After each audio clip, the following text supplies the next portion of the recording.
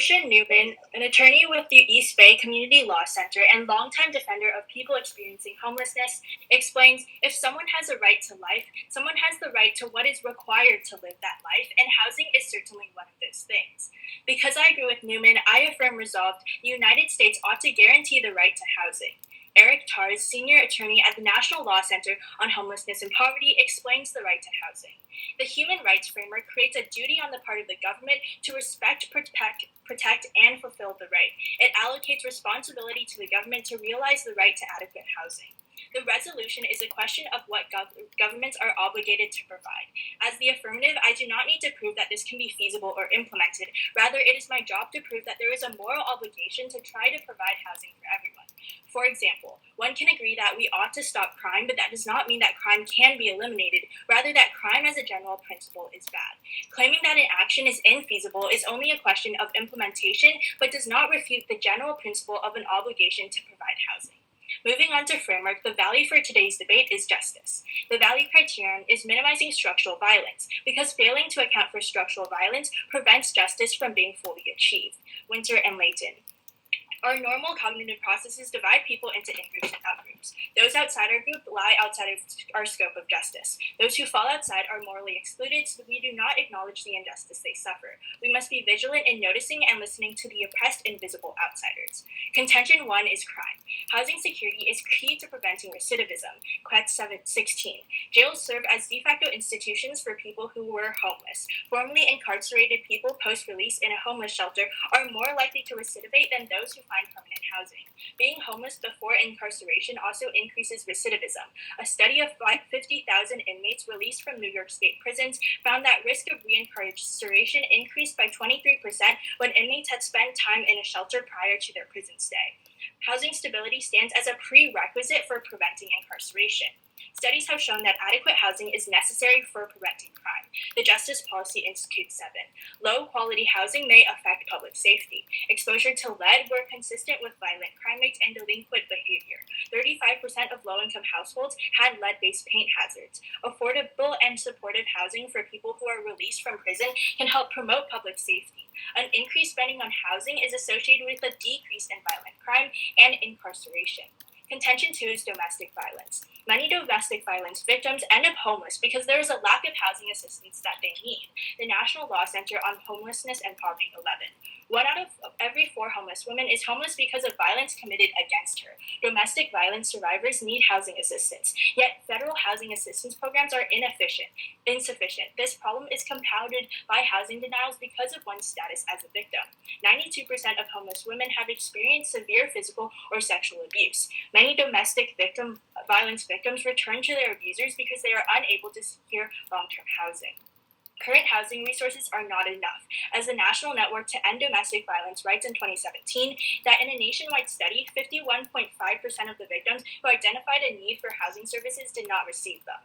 Therefore, increasing housing availability helps victims and prevents homelessness. In addition, domestic violence is fundamentally a violation of the right to housing, and recognizing this right pushes for progress in preventing domestic violence. Paglione 6. Domestic violence breaches the right to housing because it violates security, peace, and dignity. It seems necessary to recognize the significance of protecting women's rights to housing for the elimination of their subordinate position within society. Only by correctly interpreting the right to housing can the fight against such violence improve. Contention 3 is poverty. People in poverty continue to rely on welfare programs because there is a lack of housing resources which would reduce their dependency. Kulane 8. Results demonstrate the high cost of homelessness and cost offsets associated with supported housing. Homelessness in the U.S. is a residual phenomenon. People who experience homelessness are the clients of larger and more funded service systems. These systems do not recognize the housing needs of such persons. Federal housing programs are extremely effective at providing housing and reducing poverty. The issue is that these programs are severely underfunded, which will be worsened with Trump's current plans to cut funding. Weiss 19. In the past 20 years, the HUD has provided housing assistance to 35 million households. Housing assistance raised almost 3 million people out of poverty in 2017, but programs are underfunded. 3 out of 4 American households eligible for HUD assistance do not receive it because of the lack of funding. Unlike other basic needs programs, affordable housing is not an entitlement. The Trump budget would exacerbate this dire situation. The Housing First approach views housing as a requirement to live and shows how rights-based housing programs are successful. The National Alliance to End Homelessness 16. Housing First enables access to permanent housing without prerequisites. Housing First is an effective solution to homelessness. Rapid rehousing helps people exit homelessness quickly. Permanent supportive housing has been found to be cost efficient. Housed people are less likely to use emergency services, and an average cost savings on emergency services of $31,545 per person.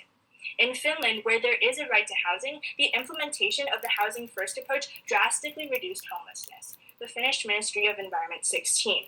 Homelessness decreased by 35% for the first time to fewer than 7,000 people. The work to eradicate homelessness produced undeniable results, and Finland is the best example of applying the Housing First success. Thus, I affirm. Okay. I'm going to start the timer for 3 minutes. Awesome.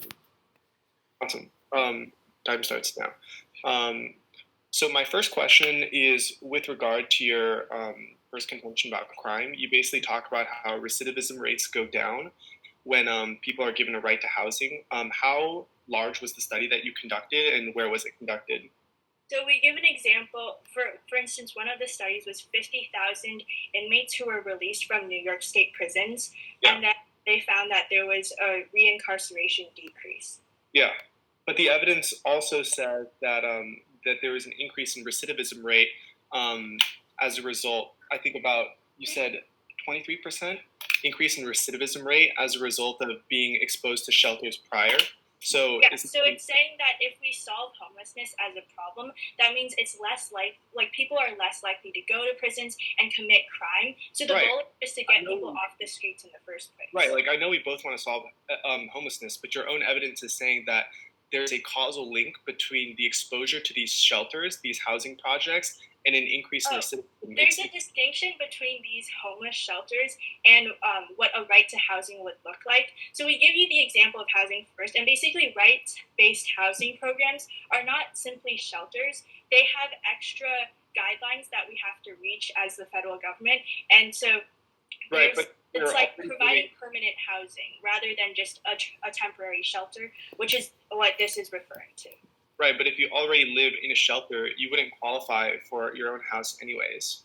Well, the point is that current homeless shelters don't meet the standards that right to housing requires, which I can talk about in my next speech. But there's a whole list. There's 7 guidelines that we have to reach, and homeless shelters don't reach that, and that's why we need a right to housing to increase the quality of the Thank you. Let's move on to your second contention about basically intimate partner violence. So wouldn't you agree that, the majority of these are teenage girls who run away from home? They stay with their boyfriend.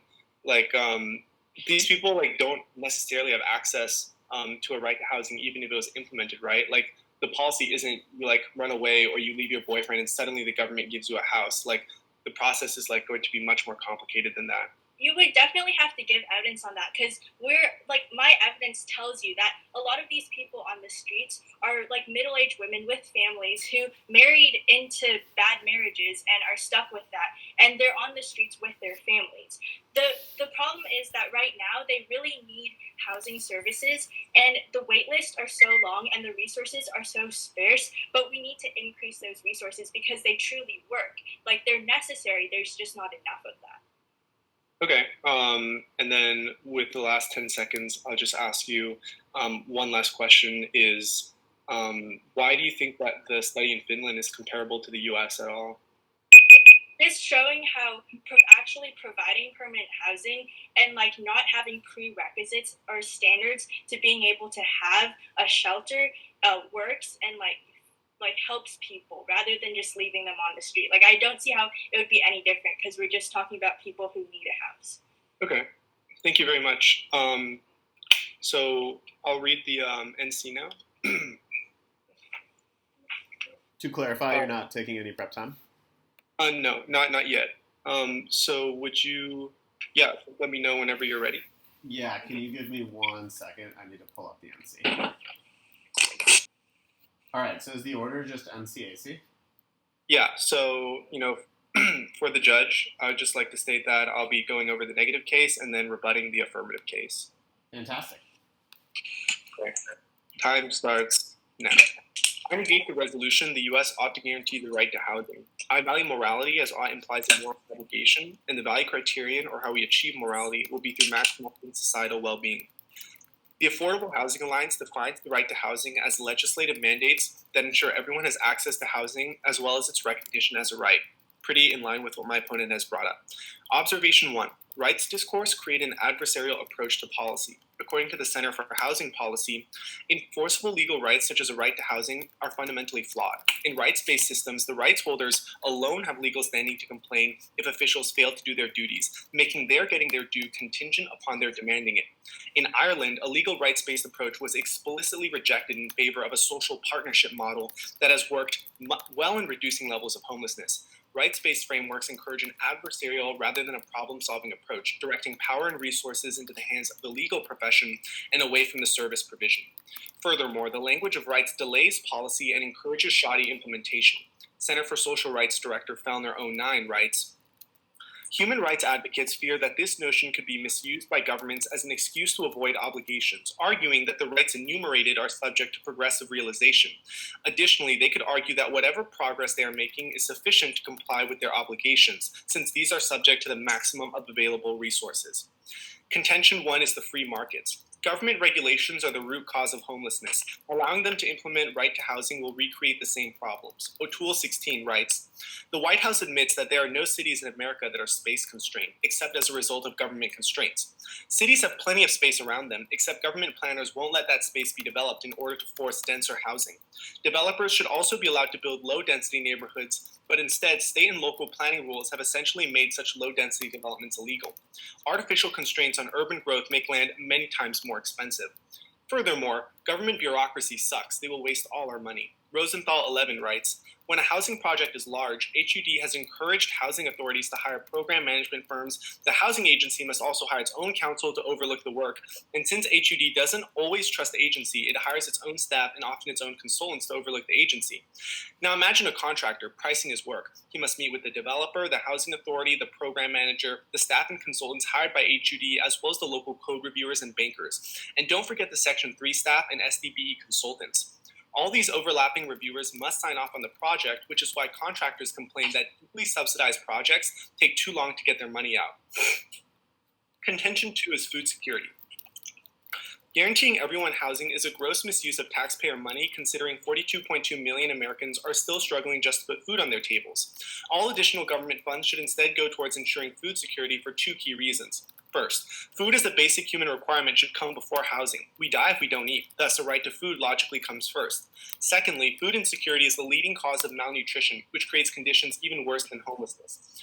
Lightfinger 00 writes, 250 million poor malnourished people are forced to subsist on rice. 180 million people are vitamin A deficient, and each year 2 million of them die. Hundreds of thousands of children turn blind, and millions of women suffer from anemia, which is one of the main killers of women at childbearing age. Contention 3 is the living wage. The issue with our poverty crisis is not that people aren't getting jobs. 44% of the homeless population is employed, yet still cannot afford rent, pointing to the root cause being in fair worker compensation. I believe we should adopt a minimum wage increase, also known as a living wage, instead of housing guarantees, because providing housing simply encourages companies to continue underpaying workers, knowing full well the government will cover the rest. And a living wage is the best way to solve poverty. Conquersall 14 writes, recent research strongly indicates that raising the minimum wage reduces poverty. A 10% hike shrinks the poverty gap by 3.2% and extreme poverty by 9.6%. In a review of the literature since the 1990s, 48 studies show that a minimum wage reduces poverty. This reflects a remarkable consensus. Thus, I proudly negate and move on to the affirmative case. Let's begin at the top, where she has two framework arguments. The first is that a right to life implies a right to housing. Two responses. First, no, the right to life is a negative right, which means that we cannot violate someone's right to life, not that we need to provide them rights to life. Second of all, is that this type of thinking has limits. For example, are you also entitled to a personal trainer if it implies that you have a right to a healthier life through them? Second of all, is that when she talks about the fact that we don't have to prove implementation, my response to this is that yes, you do. Feasibility matters, and the definition of the resolution specifically implies concrete policy action. Now let's move on to the value-added criterion about justice and minimizing structural violence. All of these arguments are part of maximizing societal welfare, which falls under my framework. But she can make arguments about why structural violence in and of itself is more utilitarian, but that comes in the impact weighing section. Now let's go on to our first contention about crimes. She reads a Quet 16 evidence that talk about recidivism rates. Two responses. First, turn this argument against my opponent because the biggest link to crime is poverty, and they don't solve that. In fact, housing projects will congregate low-income, welfare-dependent communities into one area, which will lead to increased crime, drug use, as well as just like a host of like issues. If the whole point about her jail argument is that people who go to jail are like stuck with criminals and thus it increases recidivism rate, the same argument applies where she puts all the criminals into one community. That's going to cause the same exact issues. Second of all, turn her argument against her. Her own evidence says that shelters were the causal link for a 23% increase in recidivism, which means that exposure to these housing communities, which will be very similar to housing projects, is what causes the crime rates in the first place. Now let's move on to our second contention about domestic violence. Two responses. First is that this is an argument why we need more shelters for women, not why there needs to be a right to housing. You don't need permanent housing for these victims, just the temporary ones so that they can get away. Second of all is that even then these women wouldn't qualify for these programs. A point is that you need to, they already have an address, which means that the government isn't going to give them another house. And B point is that they can't just request an additional house out of the blue. They need to be homeless first, which is, why they won't leave their boyfriend or abuser in the first place. Now let's move on to my opponent's third contention, where she talks about poverty. She brings up a couple pieces of evidence, but I'd like to focus first on the first two from Culhane 8 and NAH 16. Two responses. First, turn this argument against her because the right to housing has been unsuccessfully proven, empirically proven in France, where they saw an increase of 50% in homelessness. Second of all, turn this argument against my opponent because her own NAH 16 evidence talks about rapid rehousing, which is a form of temporary housing, not permanent housing, which isn't a right to housing. And her final evidence, which comes from Finnish 16, talks about how Finland saw a 35% decrease in homelessness. You can disregard this argument because Finland also had a huge host of other social welfare programs and massive taxes to support these that the US isn't going to be able to do. Paris and France are a much better comparison model. And so for these reasons, I strongly negate the resolution and am open to cross-examination.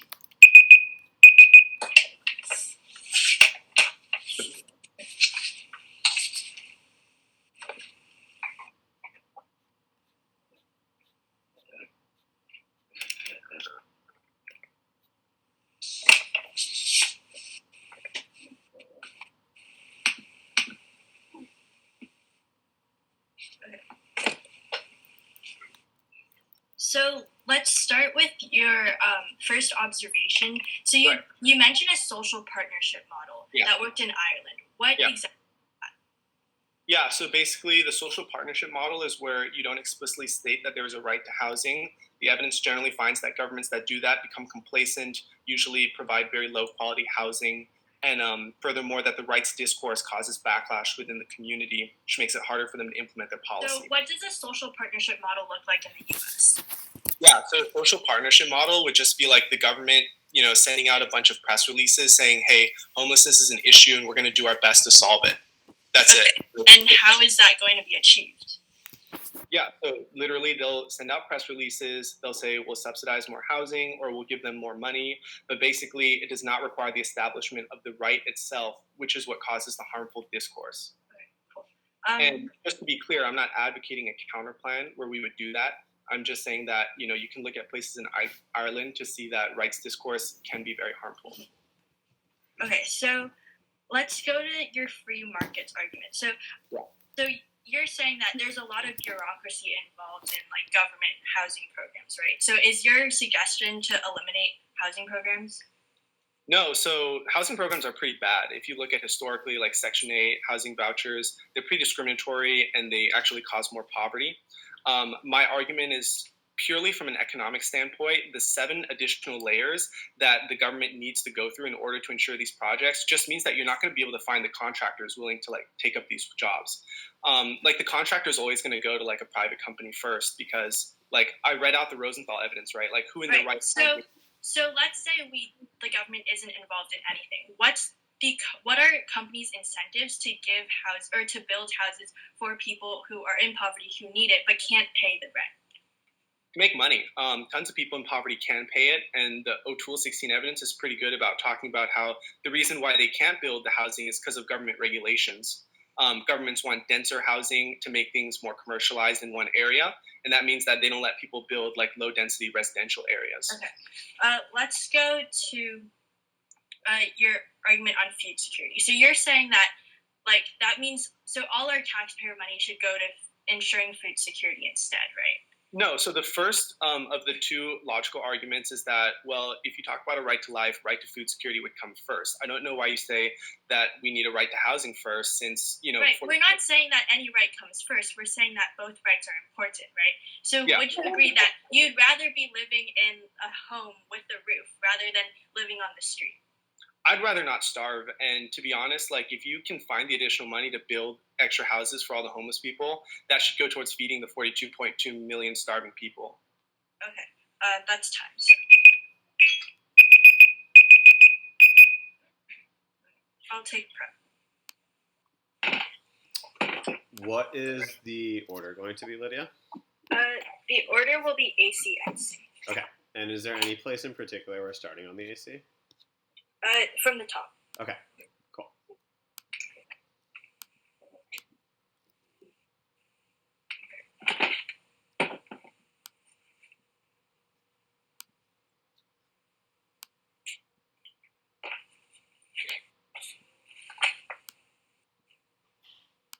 Let's first start on framework. Sure, we have similar frameworks of societal well-being and minimizing structural violence. Ultimately, we need to consider the groups such as domestic violence victims and those in poverty that need help and need to get housing because they're currently living on the streets. But let's go to the first observation.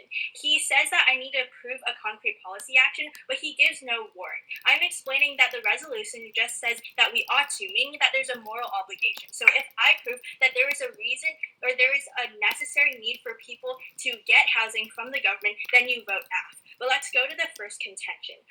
He says that my evidence goes against me because shelters were the causal link. However, there's a clear difference here. In right to housing, there's a list of guidelines and requirements that the government needs to meet in providing housing. For example, security of tenure, accessibility, availability, habitability, etc.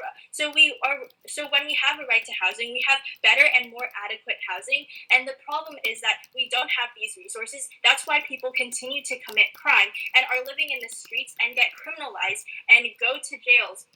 The solution is to give housing because then they're less likely to commit crime. They're less likely to use drugs and stay in poverty because now they're not on the streets with a bunch of other criminals. They actually have a home and they have home security. Let's go to contention 2 about domestic violence.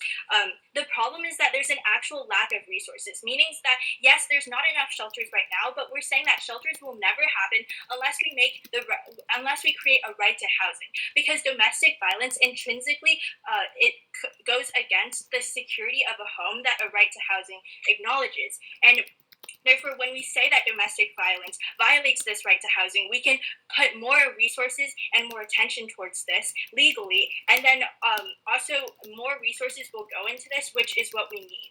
And he says that these people need to be homeless first, which is why they're not leaving. However, the problem is these people are homeless but still can't even get the resources. Even if they had to be homeless, they would know that the federal government has resources for them, so they're okay with doing that and will actually leave their abusers instead of staying.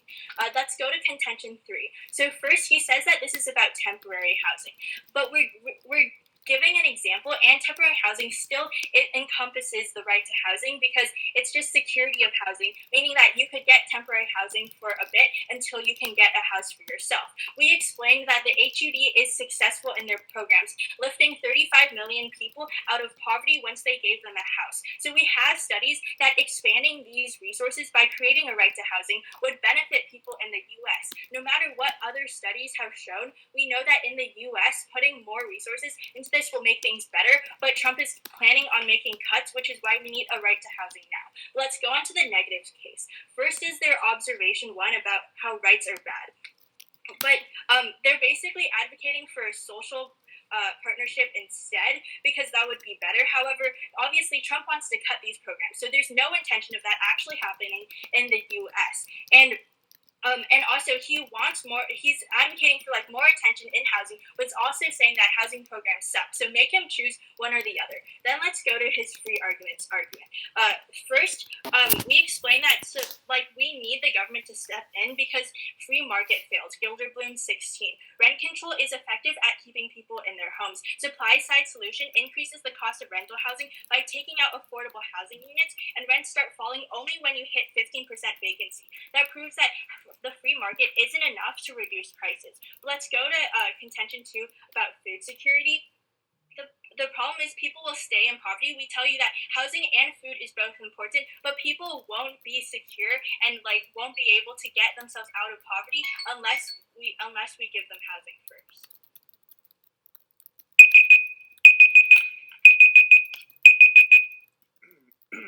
So I'd like to take some prep, but before that, could I see your evidence about the last one you read about like rents and the free market? Yes.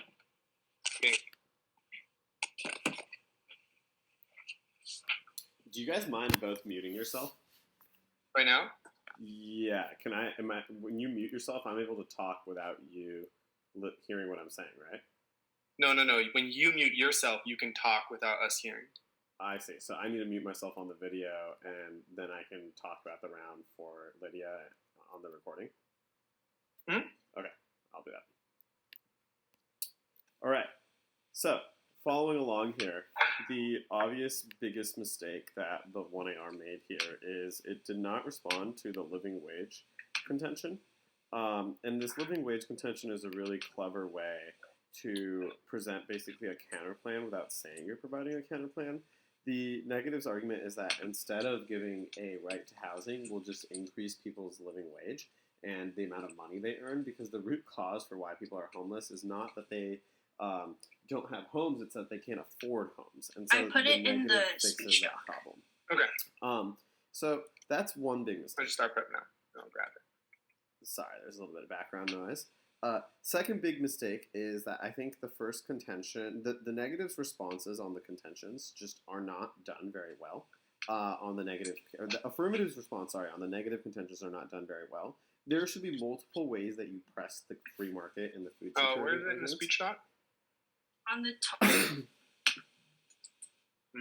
Don't see it. I think it's not loading. It's okay. I apologize.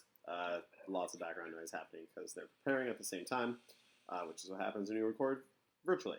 But what I was saying is that the affirmative in the 1AR should have made a couple of more arguments on free markets. So things like governments can reform and fix their bureaucracy. They don't need as much overhead. This is why we, should cut the overhead, et cetera, et cetera. And those arguments are just missing. I think the other argument, obviously, is a turn that free markets is what causes homelessness in the first place, because it results in massive misallocation between the top and the bottom in terms of money earned, right? So this is like the classic quote you hear that 1% of America holds something like 99% of its wealth. So that's only possible in a free market system, and that's what's caused the problem in the first place. On food security, I think this is like the chicken and the egg, and I think there's a lot of arguments here about how food security doesn't matter if you don't have a home or a shelter or a roof over your head at night, and that to treat them as separate problems seems silly. You should treat them in conjunction. How are you going to make food if you don't have a kitchen to make it in, right? And so I think that these are presses that the affirmative should be doing in the 1AR, and this largely stems from poor time allocation. Additionally, I think the last important thing to notice here is that the affirmative is dropping this argument about how the biggest link to crime is poverty, so that the best way to solve crime is by reducing poverty. I think it responds to the shelters are a causal link argument on contention 1, but not this link turn on how the living wage scenario or counterplan that the negative proposes will solve crime better. This is important because I predict that this will be a major portion of the 2NR. Now, one last strategy note, and one thing that we'll talk a lot about, is you need to collapse out of arguments in the 1AR, especially when there's so many different issues in the debate. So in this debate, you should not be going for all 3 contentions, and you should be conceding 1 or 2 of the contentions and just focusing on 1 or 2 offensive arguments from the 1AR is AF case, and then going to the negative case and dealing with it much more in depth. So to clarify, There was a time allocation issue where there was a dropped turn by the affirmative in the 1AR and a dropped contention, and there was a argument strategy issue where the 1AR did not collapse the debate and went for too much. And so let's see how the 2NR handles this. All right, recording's back on, so we're going to hear the 2NR from Anthony. I'm ready whenever you are, Anthony. What is the order? So the order is going to be, I'm just going to go down the affirmative side of the case and touch up on some of the last rebuttals she made, and then go on to extend parts of the negative case, and then go on to voters. Cool. Okay. Time starts now.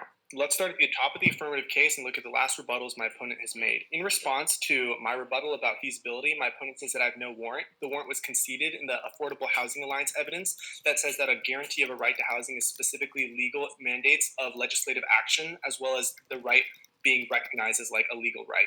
Now moving down the flow onto our first contention, she brings up the argument that, shelters are going to get better, even though right now they're not. Three responses. First is that you don't know that and you don't prove it.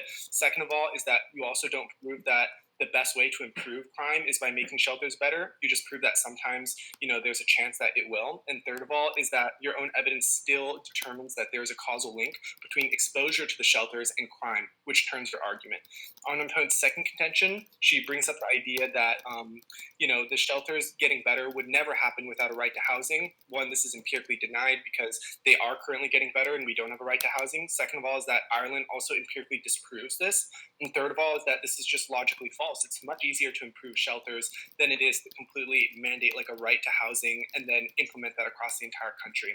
I'd like to also say that I would like to extend the argument on her second contention that goes conceded that says that IPV survivors don't qualify for a right to housing. It would force them to become homeless first to even qualify in the first place, which guts all the solvency. My opponent's third contention about poverty, I'd like to first extend the argument that was conceded, which is that there's the France evidence that says that there's a 50% increase in homelessness, and it's a much better comparison than her Finland evidence, which I very comprehensively debunked.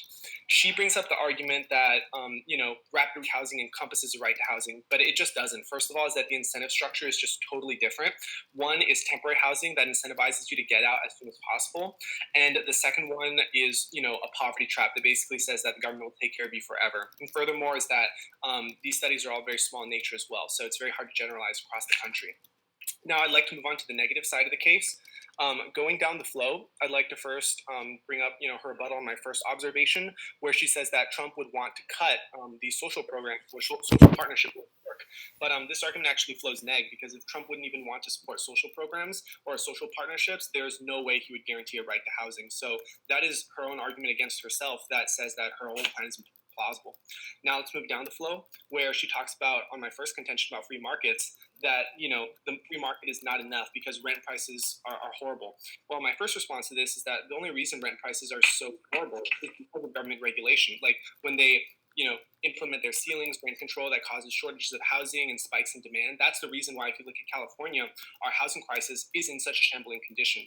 So this turns against my opponent. And I would like to also further note that she's conceded the warrants under O'Toole and Rosenthal, which, if I can further elaborate on, O'Toole basically said that the root cause of homelessness currently is because the government regulations and government principles does not allow for low density residential buildings. They prefer very dense construction of housing, which means that they don't allow current property developers to expand, and they force people into these very tight corners so that they can keep jacking up the price. And this space regulation is the root cause of why there currently isn't supply to meet the demand for housing. And then the Rosenthal 11 evidence was just really good for taking out solvency in the affirmative case, because it talks about how there are all these layers that contractors have to go through if they work with the government to build out these housing projects. There's just no way it can be established on a national level. You'd have to be crazy as a contractor to want to take on this extra job when you could do it through the private markets. Underneath that, I'd just like to point out to you as the judge that my opponent has dropped my second and third contentions, which will be extended. The second contention was the argument about food security. She had no response to my arguments about how 42.2 million people in children are starving, and that a right to housing just seems so illogical to put housing before the people who are currently starving. And furthermore is that we can see very clearly that the right to food should come first. Now, on my third condition about living wage, she's also making some pretty big concessions about the root cause of why people are poor, and that is Like, if you look at the evidence, 44% of homeless people are actually employed. They still can't afford houses. The government can support you all they want, but if the private companies that they work for keep underpaying them, it'll just be offset. Like, whatever social programs the government invests in just gets offset by decreasing their wages, which again guts their solvency, which is why like only increasing the minimum wage could possibly solve like this problem. Therefore, at the end of the day, I would like to purport that the negative should win today's debate for three key reasons. First is that we're winning all the root cause claims. The Tool 16 evidence that talks about how the root cause of poverty and lack of demand and supply is because of government regulation, as well as the Console 14 evidence that talks about how the underpaying of workers is the reason why they're homeless. Housing will not solve this, and it will only exacerbate the issue. Furthermore, is that only free markets even have a chance of solving this. That's again the Rosenthal evidence, which says that one, if you do it through the government, you won't find the contractors to build out the houses. And the Center for Housing evidence that talks about how the governments that do this historically have really shoddy implementation because they get complacent after they establish the right. The second reason you should vote for the negative is because the affirmative has not met the burden at all of proving why there should be a right to housing specifically. In fact, again, this is the Center for Housing Policy evidence that talks about how the right itself fuels complacency. And Ireland is a very good example of how a social partnership would be much, much more beneficial. It would cost less, and it would also, not divert money to the legal profession, which is exactly what the app does when civil citizens need to sue the government when they aren't provided the legal right that they're guaranteed. And then finally, the third reason is just that empirically the studies are flowing negative. My opponent has conceded the France evidence that talks about how there's a 50% increase in homelessness as a result of right to housing policies. And if we can generalize to these other countries, we can see that people who've done it before have failed, and we need to be very careful. For these reasons, I strongly urge a negative ballot. Thank you. I'll take remaining prep.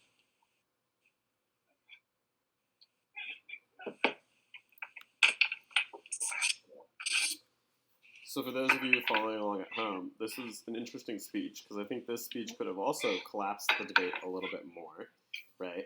This speech sort of went for a lot of arguments and then consolidated at the very end. But it, for instance, didn't make as big of a deal out of the poverty is the key internal link to crime. And so housing congregation or like projects allow for congregation of poverty, which makes it way worse.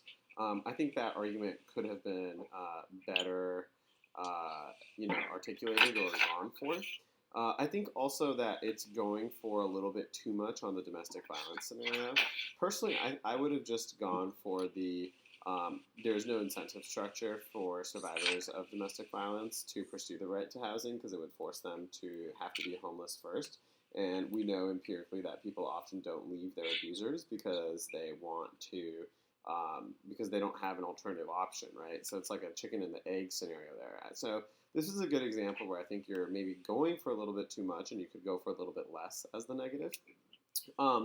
And I think that the way that the negative handles the third contention is pretty good. One thing that I think the place that the negative was least persuasive on was this question of feasibility and whether the affirmative has to defend implementation.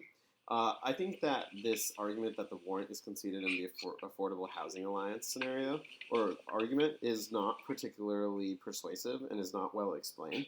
I don't really understand how the Affordable Housing Alliance creates a legal right that requires implementation or why that matters. And so there should be a little bit more explanatory work. So overall, the 2NR is pretty good, and I think it does a pretty good job of summarizing the debate and going for the right positions. But in terms of the implementation, I think that it is probably going for a little bit too much and not consolidating as well as it could. For those of you following along at home or watching it at home, you should try giving this 2NR with more consolidation and considering kicking out of the feasibilities arguments and considering collapsing the debate more specifically on the domestic violence debate and more. The order will be the NC then the AC. Cool. So NC AC.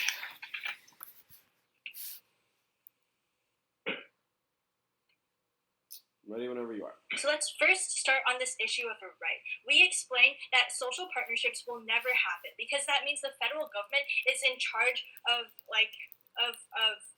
bringing attention to these issues.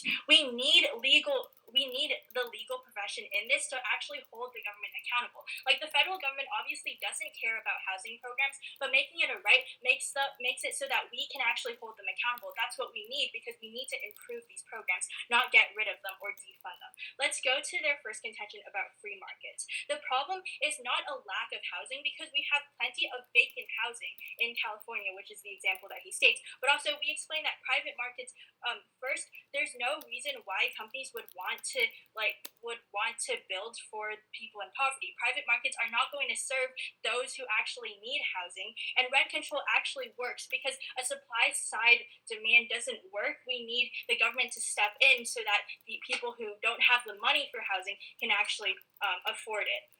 But then let's go on to food security. So the argument is not that one should be more important than the other, because if you just think about it, you want to be fed, but you also need a roof. If you're on the streets, you're still going to be malnourished. Even if you're full, you're susceptible to disease, and you don't have security of housing. So we need to actually still have housing programs, but then we explain that having a right to housing is more cost efficient, meaning we have extra money to put into food security and food programs. Let's go lastly to living wage. First, we can still do both of these, but this doesn't take out the affirmative, because these people, specifically the groups that I'm talking about, don't have jobs. We're talking about criminals who can't get jobs because of past records. We're talking about people who are domestic violence victims. They can't just leave their abusers and then get a job. This doesn't solve everything, because not everyone has a job, and they also haven't proven that a living wage is enough money for someone to pay a bunch of rent or get their own house. Then let's go to the affirmatives case. So let's talk about domestic violence, right? They say that shelters are currently getting better. We explain that it's clearly not enough, because just in 2017, 50% of people couldn't get federal resources that they needed while they were living on the streets. Sure, these people might have to be homeless first, but at least they have resources that they can get to get secure housing, so that they know that when they leave their abusers, they have security of a house and will not be left on the streets for the rest of their lives. We explain the Paglione 6 card that they dropped that says that we need a recognition of a right in order for further progress to be made, because otherwise we just continue trying to improve shelters, but that never actually happens, because the government doesn't care until we have a right where we can legally go up to the government and hold them accountable.